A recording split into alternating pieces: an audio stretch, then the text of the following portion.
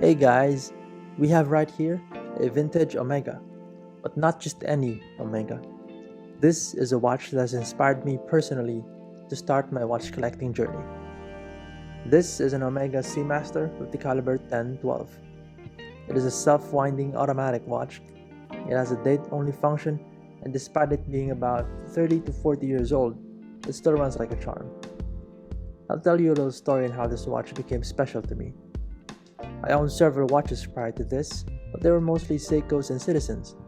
Back then, I thought I never needed to own any other brand, and if it was not a dive watch, it was a no-go.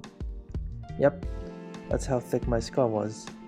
Anyhow, during the year 2016, I was watching a movie called La La Land, the one with Emma Stone and Ryan Gosling.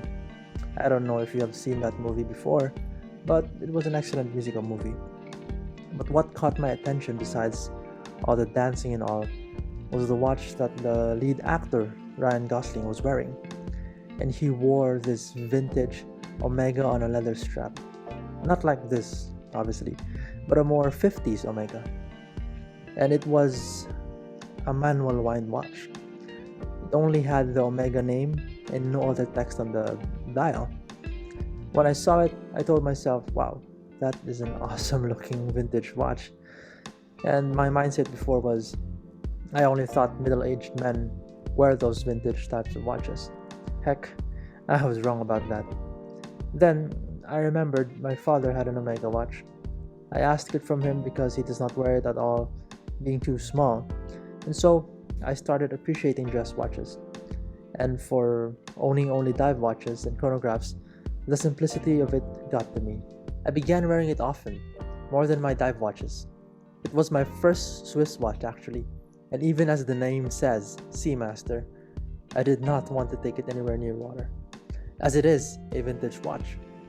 It's crazy how a simple and minimalistic watch could inspire me to have this addiction to watches.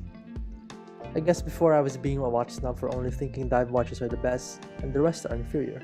This watch opened a new door, a new way to get me to spend more money. Just kidding. Anyway, ever since then, my collection became more diverse.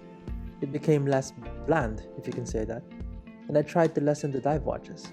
I'm still trying now. The beauty of this watch is through its simplicity.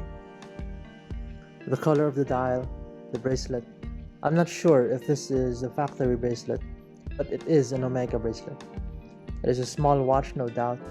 The way I see it, every dress watch right now has about a 40 to 39mm diameter, but since the dial is wide, it gives it an illusion that the watch is big. So keep in mind, wide dial means you'll have a wider looking watch. This one, on the other hand, is just right, like most vintage dress watches during its time. So there you go guys, that's what reignited my watch collecting. I would like to know your story too. Post it on the comment section and let's share the things that make us poor. Just kidding. See you next time and stay safe.